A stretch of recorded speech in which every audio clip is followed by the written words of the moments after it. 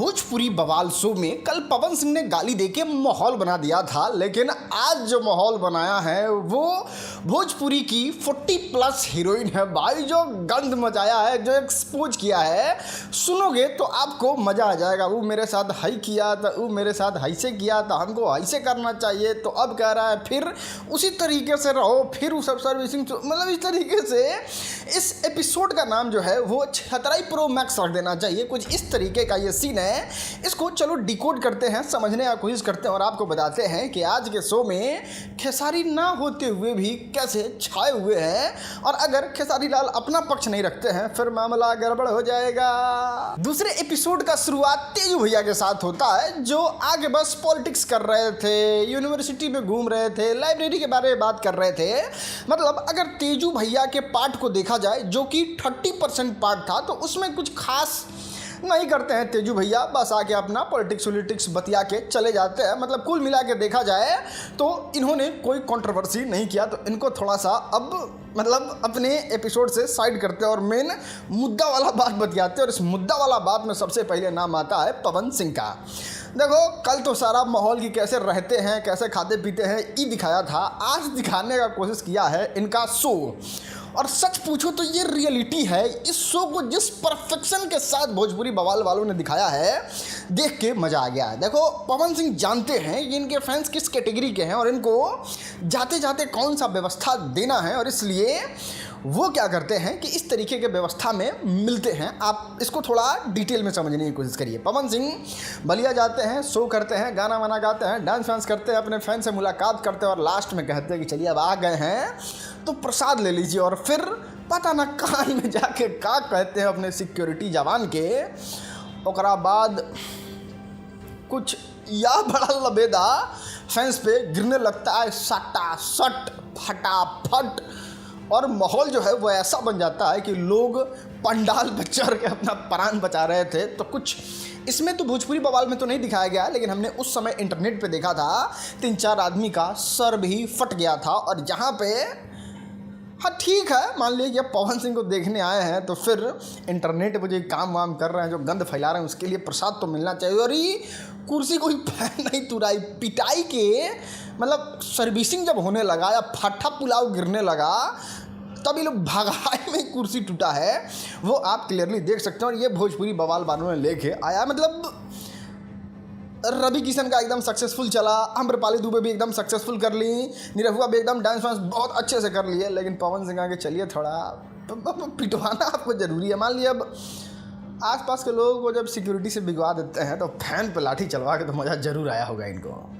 अरे सुनिए भाई, खेसारी लाल यादव का भी दीदार भोजपुरी बवाल शो में आपको करवाएंगे, लेकिन आम्रपाली दुबे और दिनेश लाल यादव निरहुआ का क्या कनेक्शन है और इनके शादी के बारे में क्या ख्याल है, आप सुनोगे, आप इसके बारे में जानोगे, आप सन्न रह जाओगे। देखो आम्रपाली दुबे, दिनेश लाल यादव निरहुआ एक रेस्टोरेंट में मिलते हैं, और इसलिए मिलते हैं क्योंकि इनको अपने दिल का बात बताना होता है। और बात बताती है आम्रपाली दुबे, जानते हैं क्या, कि उनको एक बच्चा अडॉप्ट करना है और वो अपने फैमिली लोगों को बताई नहीं। देखो अभी तक बहुत गलत बात आ रहा था कि IVF से करवाएंगी, स्पर्म डोनर से अपने गर्भ में बच्चा रख के उसको पैदा करेंगे, जैसे देवी सिंगर ने किया था। ऐसा कुछ नहीं है, वो बच्चा अडॉप्ट कर लेंगे, मतलब किसी का बच्चा होगा उसको ले लेंगी, लेकिन ये अपने फैमिली वाले को नहीं बताई हैं। अब ये निरहुआ सुनते हैं तो कहते हैं कि आप शादी क्या नहीं कर लेती हैं। तब भोजपुरी फिल्म इंडस्ट्री का सच्चाई पता चलता है, इस वीडियो का फैक्ट पता चलता है। उसमें आम्रपाली दुबे साफ कहती है कि लड़का मिल कहाँ रहा है भाई, लड़का आ कहाँ रहा है। और फिर निरहुआ जो है वो डैमेज कंट्रोल करने की कोशिश करते हैं, कहते हैं आ तो रहा है, आप रिजेक्ट कर दे रही हैं। तब आम्रपाली दुबे साफ तौर पर ये कहते हैं कि देखिए शादी तो करना है, लेकिन अरेंज मैरिज नहीं करना है। वो लड़का आएगा एकदम राजकुमार की तरह और एकदम लव रिस्पेक्ट वाला जब सीन क्रिएट होगा, तब आराम से शादी कर लूँगी। और यहाँ पे फ़िलहाल जो है वो एक बच्चा अडॉप्ट करना। देखो यहाँ पे मेरा ओपिनियन जो है वो ये है कि देखो आपको अंदर का बात बताते हैं। पैसा तो भोजपुरी के इन हीरोइन के पास है ही, पैसा में कोई कमी नहीं है, आगे भी इनका जो राइट वाइट है उससे बहुत अच्छा पैसा कमा लेंगी। अब जीवन जीने के लिए इनको कोई लड़का मिल नहीं रहा है, मतलब शादी वादी करने के लिए, क्योंकि अब किसी से तो नहीं कर सकते, इनका भी अपना लेवल और है। तो फिर ये अपनी तरह कुछ चाहती हैं जो आगे इनका सहारा बने, तो उसके लिए ये बच्चा अडॉप्ट करना चाहती हैं। जैसे देवी सिंगर ने भी अडॉप्ट किया है, अब वो अपना आराम से गाना वाना गा के लाइफ जी सकती है, और जब बूढ़ी हो जाएंगी तो उनका बेटा जवान हो जाएगा तो उनके लिए आराम से कर देगा। उस तरीके से आम्रपाली दुबे भी चाहती हैं कि एक बच्चा अडॉप्ट करे। अब बच्चा में बेटी भी हो सकती है, लेकिन 100% गारंटी के साथ कह रहे हैं कि ये बेटी अडॉप्ट करेंगे ही नहीं, बेटा अडॉप्ट करेंगे, ऐसा मेरा ओपिनियन है। और ये बात सही हो जाएगा अगर जीवन में अडॉप्ट बेटा कर लेती हैं तो। खैर, अब आप इस चीज़ को समझिए, पैसा है ही, बुढ़ापा के लिए एक बेटा अडॉप्ट कर ही लेंगी, और बाकी अगर किसी चीज़ का ज़रूरत है तो उसके लिए दिनेश लाल यादव निरहुआ है, ये है, मतलब अब यही 4-5-10 साल, अब समझ रहे हैं ना, जब भोजपुरी फिल्म इंडस्ट्री है ही, तो इन लोगों का काम इधर चल ही जा रहा है। तो फिर शादी पे जाना, इतना सक्सेसफुल हो के अच्छा लड़का ना मिले, तो इससे बेटर है कि इस तरीके से ही जियो, इस तरीके से ही मजे लो जीवन के। देखो यार, खाटी भाषा में बात करेंगे, आपको अच्छा लगे चाहे बुरा लगे, भोजपुरी इंडस्ट्री में बहुत छियत रही है भाई, बहुत छियत रही है। और ये एक्सपोज जानते हैं कौन किया?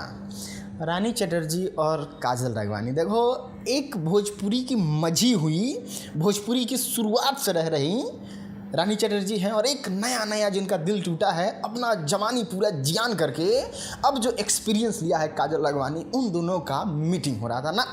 जवानी में तो इन लोगों को खूब मज़ा आता है, जवानी में तो ये लोग कहते हैं आहा, चारों तरफ फूल ही फूल, फूल ही फूल।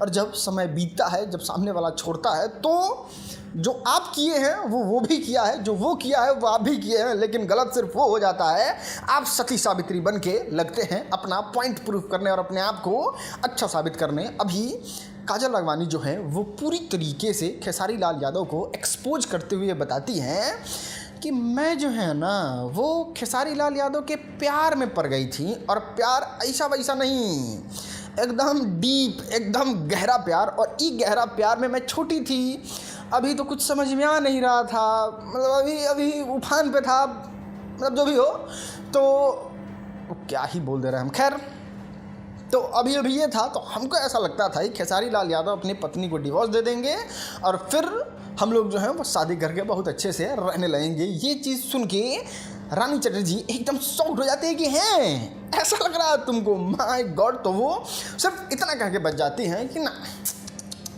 हम एकदम बच्चे थे, बहुत बालक थे, हमको कुछ पता ही नहीं था। बाकी आगे तो ये भी कहती हैं कि अभी जब लड़ाई उड़ाई हो गया है तो काम करना छोड़ दिए हैं कि अब आपके साथ काम वाम नहीं करेंगे। तब उधर से ऑफ़र ये आया है कि आपके साथ काम तो करेंगे, लेकिन पहले जैसे आप रहते थे उस तरीके से आपको रहना पड़ेगा। अब इस चीज़ को देख के रानी चटर्जी शौक हो जाती है, लेकिन कुछ लोगों को समझ में नहीं आया कि वैसे रहते थे मतलब कैसे रहते थे। तो देखो, काजल राघवानी और खेसारी लाल यादव पति पत्नी की तरह रहते थे। इन लोगों का रिश्ता जो है पति पत्नी की तरह था, समझ रहे हो ना क्या कहना चाह रहे हैं, वो था। और अब इतना विवाद के बाद खेसारी लाल यादव ने ऐसा काजल राघवानी ने बताया है कि मैसेज भेजा है कि आप आइए काम करिए, लेकिन आपको पहले की तरह रहना पड़ेगा, और इस पे मना कर देती हैं काजल राघवानी। लेकिन एक और इंटरेस्टिंग चीज़ है भाई, इसमें एक और इंटरेस्टिंग चीज़ है। 2 महीना पहले ही शूट उठ होके कंप्लीट हो चुका है, 3-4 दिन 5 दिन पहले लाइव आई थी इस तरीके से। के साथ खेसारी जी के साथ कोई मूवी करेंगे या नहीं, अब देखिए, डिपेंड करता है आगे क्या होता है क्या नहीं होता है। अच्छे प्रोजेक्ट्स होंगे, इफ खेसारी जी भी रेडी होंगे तो हम ज़रूर करेंगे, कोई इशू नहीं है काम करने में, क्या ही प्रॉब्लम। तो अब कैसे माना जाए कि आप पहले जो हैं वो अबोध हो के आपको ऐसा लग रहा था खेसारी लाल यादव शादी कर लेंगे, और अब भी आप वही करने जा रहे हैं, तो अब क्या कहिएगा खेसारी लाल यादव को। खैर, रानी चटर्जी भी एक्सपोज करती हैं बहुत बुरी तरीके से। खैर, इनका उम्र जो है कहीं कहीं सोर्स के अनुसार 48 हो चुका है। भोजपुरी फिल्म इंडस्ट्री में शुरुआत से ये मौजूद हैं, ससुरा बड़ा पैसा वाला से यहीं से उत्थान हुआ भोजपुरी फिल्म इंडस्ट्री का, ऐसा माना जाता है। अभी तक इनका भी शादी हुआ नहीं है, और इनका कहना था कि खेसारी लाल यादव का तो बहुत ख़राब है। कैसे?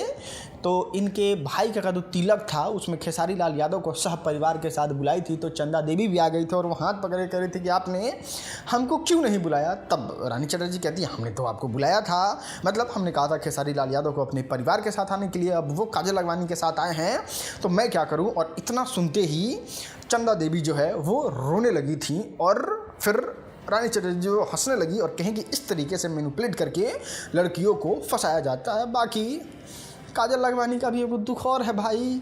और जानते हैं क्या है, खेसारी को छोड़ने के बाद ये फीमेल ओरिएंटेड मूवी में काम करने लगी थी। मतलब जैसे फीमेल ही उसमें मेल लीड में होती है और इसको डायरेक्टर लोग बनाते हैं। तो अब का दो उसमें भी गर्लफ्रेंड बॉयफ्रेंड वाला सीन शुरू हो गया। और क्या नहीं कर रहा, भोजपुरी फिल्म इंडस्ट्री में अगर एक चीज़ कुछ हटाना होगा तो ये गर्लफ्रेंड बॉयफ्रेंड वाला सीन को सबसे पहले हटाएंगे भोजपुरी फिल्म इंडस्ट्री में से। और हटाएंगे कब, जब सब सुख भोग लिए हैं तब, जब मतलब अपना डेट एक्सपायरी की तरह बढ़ गया तो उन लोगों को गर्लफ्रेंड बॉयफ्रेंड वाले सीन से हटाना चाहती हैं जो भी नया नया एंटर किए हैं। खैर, ये एपिसोड जो है वो पूरे भोजपुरी फिल्म इंडस्ट्री के अफेयर पे था, जिसमें रानी चटर्जी क्लियर तौर पे ये बता देती हैं कि सारे लोगों का जिस तरीके से कंट्रोवर्सी हुआ उस तरीके से निरहुआ हुआ और आम्रपाली दुबे का भी कंट्रोवर्सी हो जाता। लेकिन आपने देखा ना खेसारी के साथ क्या हुआ, पवन सिंह अक्षरा सिंह के साथ क्या हुआ और भी लोगों के साथ क्या हो रहा है, तो फिर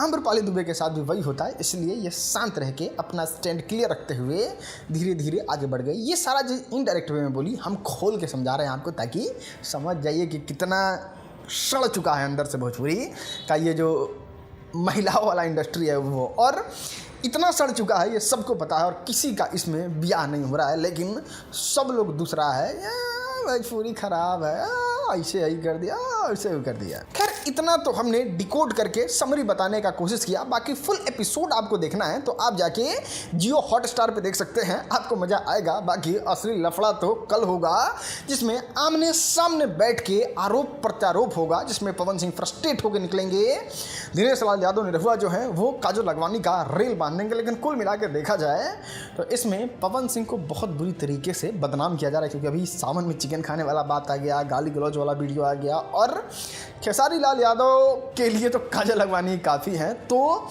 इस पूरे भोजपुरी बवाल शो में घसीट के काजल लखमानी को रखा जाएगा ताकि खेसारी लाल यादव भी घिंचाए चले आए इस शो में। खैर, इंटरेस्ट बना रहेगा, अपना ओपिनियन देते रहेंगे। चैनल को सब्सक्राइब कर लीजिए, हर दिन इस एपिसोड को डिकोड करने का प्रयास करेंगे। इस वीडियो को देखने के लिए धन्यवाद।